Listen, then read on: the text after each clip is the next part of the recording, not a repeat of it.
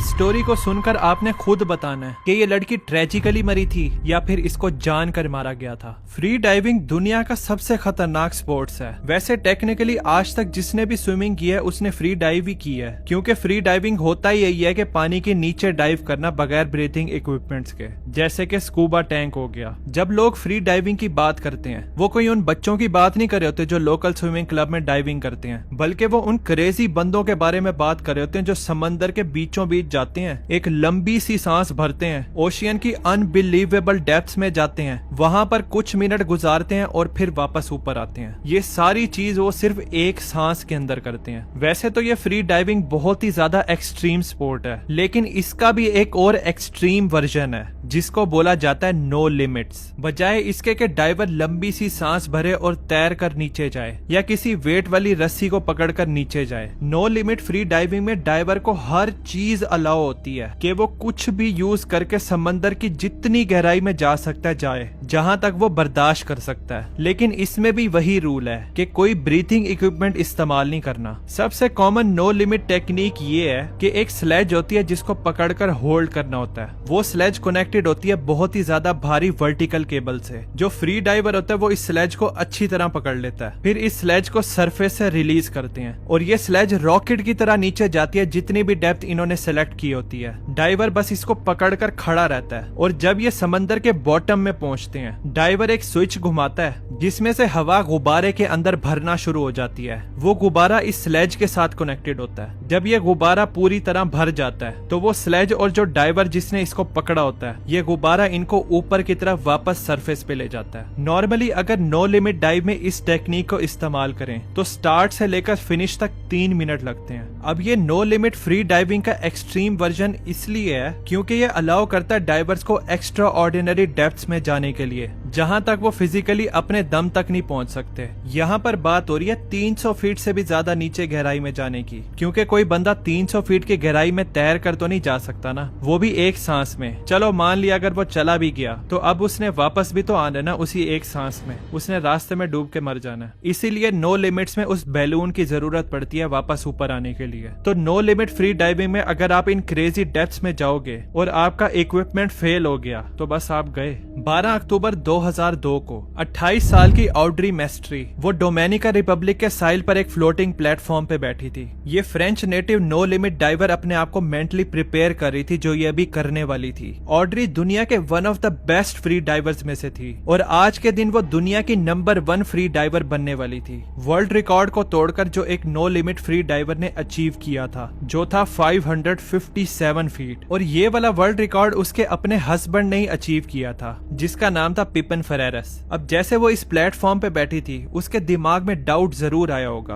क्योंकि यहाँ पर तूफानी बादल आए हुए थे और नो लिमिट फ्री डाइविंग की दुनिया में तो बहुत कुछ गलत हो सकता था, तो कोई तुक नहीं बनता था एक और रिस्क फैक्टर को ऐड करने का, यानी बुरा मौसम। अब जाहिर है खराब मौसम ऊपर बंदों को भी अफेक्ट कर सकता था सरफेस पे जो इसकी मदद करने के लिए आए हुए थे, ये लाइन को भी अफेक्ट कर सकता था जिसकी मदद से इसने नीचे जाना था। मतलब एक फालतू का ही रिस्क था। इसके अलावा ऑड्री एक नया इक्विपमेंट भी यूज कर रही थी। वो थोड़ी पतली केबल का इस्तेमाल कर रही थी जिसकी मदद से वो समंदर की गहराई में जाएगी। वो केबल उसकी स्लेज के साथ कनेक्ट हुई थी, लेकिन उसको ये नहीं पता था कि ये इतनी डेप्थ की डाइव के लिए काम कर भी पाएगी या नहीं। और जो इसका हस्बैंड था जो इसकी इस डाइव की सेफ्टी का भी इंचार्ज था, उसको डाइविंग कम्युनिटी में बड़ा क्रिटिसाइज किया जा रहा था क्योंकि वो इस वर्ल्ड रिकॉर्ड अटेम्प्ट में बहुत जल्दी कर रहा था। साथ ही उसने कोई इसके लिए इतनी ज्यादा प्रिपरेशंस नहीं की हुई थी। यहाँ पर ना कोई इतना ज्यादा मेडिकल स्टाफ था, ना ही इतने स्टैंड बाय डाइवर्स थे जो कि इस साइड पर मौजूद होते या कहीं साहिल पे होते। ऑड्री को इस सब क्रिटिसिज्म का पता था क्योंकि उसके शोहर को लोग रेगुलरली क्रिटिसाइज करते रहते थे इस no limit free diving world की कम्युनिटी में, क्योंकि 6 साल पहले 2 स्टाफ के मेंबर अलग अलग डाइविंग एक्सीडेंट्स में मर गए थे और लोगों ने पिपन पे इल्जाम लगाया था कि ये बहुत केयरलेस है। बेशक यहाँ पर बहुत सारे रेड फ्लैग्स और कई रीजंस थी आज इस डाइव को ना करने की। ऑड्री बहुत ज्यादा कॉन्फिडेंट थी और वो इसको करना चाहती थी, तो वो अपनी टीम को सिग्नल देती है कि मैं जाने के लिए तैयार हूँ। ऑड्री अपना येलो वेट सूट पहनती है, वो अपने सारे सेंसर्स और वीडियो कैमरा चेक करती है जो इस डाइव में यूज करने वाली थी, और फिर वो अपने फिन्स पहनती है। साथ ही उसका शोहर बलून को चेक करता है जिसने नीचे पानी के अंदर फूलना था और इसको वापस ऊपर लेके आना था। अब क्योंकि ये इक्विपमेंट इस डाइव के लिए बहुत ही ज्यादा इम्पोर्टेंट था। तो पेपेट सबको इंसिस्ट करता है कि मेरे अलावा इस इक्विपमेंट को कोई भी हाथ नहीं लगाएगा। हालांकि इसका प्रोसीजर ये था कि 2 और लोगों को इसको चेक करना था इस नो लिमिट डाइव से पहले, लेकिन पिपिन अकेले ही इस बैलून बैग को इंस्पेक्ट करता है और सिग्नल देता है ये ठीक है। वो ऑड्री को भी सिग्नल देता है नीचे जाने का टाइम हो गया। वो प्लेटफॉर्म से होकर उस 200 पाउंड वाले स्लेज के ऊपर जाती है जिसने उसको 2 फुटबॉल फील्ड की गहराई तक लेके जाना था। इस स्लेज को पानी में रिलीज करने का सिग्नल देने से जरा सा पहले ऑड्री एक प्रोसीजर करती है जिसको बोलते हैं पैकिंग, जिसमें फ्री डाइवर बहुत ही लंबा सांस लेते हैं। उसके अलावा वो मजीद ऑक्सीजन को अपने लंग्स के अंदर गटकते हैं उस पॉइंट तक कि उनके लंग्स ही फुल हो जाते हैं बिल्कुल। जब ऑड्री इस प्रोसेस को कर लेती है और वो नीचे जाने के लिए तैयार होती है, वो अपना फाइनल सिग्नल देती है और ये लोग स्लेज को रिलीज कर देते हैं जो रॉकेट की तरह नीचे समंदर की गहराइयों में जाना शुरू कर देती है। अगर सब कुछ प्लान के मुताबिक हुआ तो ये 3 मिनट में सरफेस पे वापस आ जाएगी। ऑड्री की ये डिसेंट बड़ी परफेक्ट हो रही थी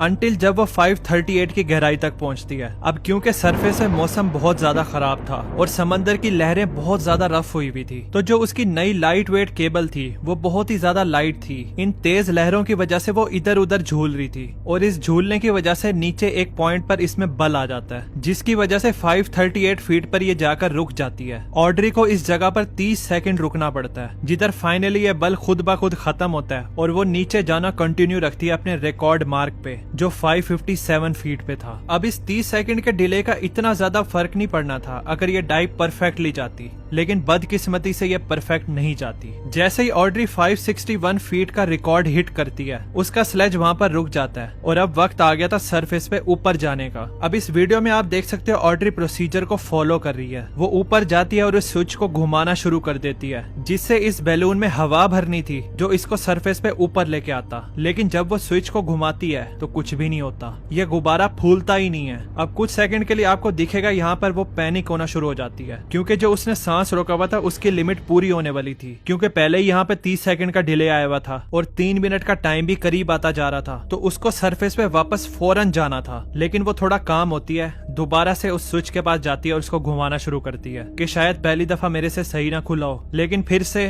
कुछ भी नहीं होता। अब इस पॉइंट पर एक स्टैंड बाय डाइवर होता है, वो देखता है स्लेज ऊपर ही नहीं आ रही और अब तक तो उसको ऊपर आना चाहिए। वो यहाँ पर फौरन आता है, उसके पास एक्स्ट्रा पाइप और एक्स्ट्रा एयर होती है, वो उसकी मदद से बैलून को फुलाना शुरू कर देता है, लेकिन उसके टैंक से इतनी हवा आ ही नहीं रही थी जिसकी मदद से ये गुब्बारा फूलता और फिर ये आहिस्ता आहिस्ता बिल्कुल आराम से ऊपर की तरफ जाना शुरू होते हैं। अब आप लोग ये सोच रहे होंगे कि इस स्टैंड बाय डाइवर के पास एक्स्ट्रा एयर थी तो सही, तो वो माउथ पीस पकड़कर ऑड्री को दे देता और उसको सांस लेने देता। दफा करो वर्ल्ड रिकॉर्ड को, बस उसकी जान बचानी चाहिए। लेकिन बदकिस्मती से ऑड्री और इस स्टैंड बाय डाइवर को भी पता था जिस गहराई में ये लोग हैं उसके लंग्स पे प्रेशर इतना ज्यादा है जिसकी वजह से उसके लंग्स का साइज क्रिकेट बॉल जितना हो जाता है, और अगर वो जरा सी भी एयर को इस डेप्थ में अपने अंदर लेगी, ये एयर ऊपर जाते हुए इतनी ज्यादा एक्सपेंड होगी जो कि इसको मार देगी। तो ऑड्री बस इस स्लेज को ही पकड़ सकती थी जो कि बिल्कुल आराम आराम से ऊपर आ रही थी, और साथ ही बस ये यही कर सकती थी कि जितना देर अपना सांस रोक सकती है रोके, लेकिन उसको पता था एक पॉइंट पर जाकर उसने डूब ही जाना है। वीडियो में बिल्कुल वो स्लेज पर ना डर खड़ी थी और उसको पता था कुछ देर के बाद यही होगा। सरफेस पे जब 3 मिनट पूरे होते हैं और ऑड्री सरफेस पे वापस नहीं आती तो उसका शौहर फौरन स्कूबा गियर पहनता है और पानी में छलांग मार देता है ऑड्री को बचाने के लिए, और जिस टाइम पे वो उस तक पहुंचता है और उसको पानी से बाहर निकालता है, ऑड्री को 8 मिनट और 40 सेकंड गुजर जाते हैं पानी के अंदर बगैर एयर के। जब उसको बोट में वापस लेके आते हैं तो उसकी पल्स अभी भी होती है, लेकिन यहाँ पर कोई डॉक्टर नहीं होता स्टैंड बाय पे जो इसको ट्रीट कर सकता था। इसके अलावा पिपिन ने उसको मजीद 1-2 मिनट पानी के अंदर रखा था, वहीं पर ही उसको रिवाइव करने के लिए। ऑड्री को फौरन हॉस्पिटल लेके जाते हैं, लेकिन वहाँ पर उसको डेड डिक्लेयर कर दिया जाता है। मरने की वजह डूबना ही था। कुछ लोग बिलीव करते हैं इसके शौहर ने जानबूझकर इसकी डाइव में गड़बड़ की थी ताकि वो इसको मार सके, लेकिन ऑफिशियल इन्वेस्टिगेशन ये बताती है कि उसकी मौत एक्सीडेंटल थी। इस बारे में आपको क्या लगता है मुझे कमेंट्स में जरूर बताना। और इसके अलावा एक और इंसिडेंट है जिसमें एक डाइवर का ग्रुप पानी के अंदर जाता तो है लेकिन वापस उस तरीके से नहीं लौटता। ये इंसिडेंट इतना दुख वाला है कि आपको दिल से अफसोस होगा इनके बारे में। यहाँ पर क्लिक करके देख सकते हैं। मिलते हैं फिर उस वीडियो में।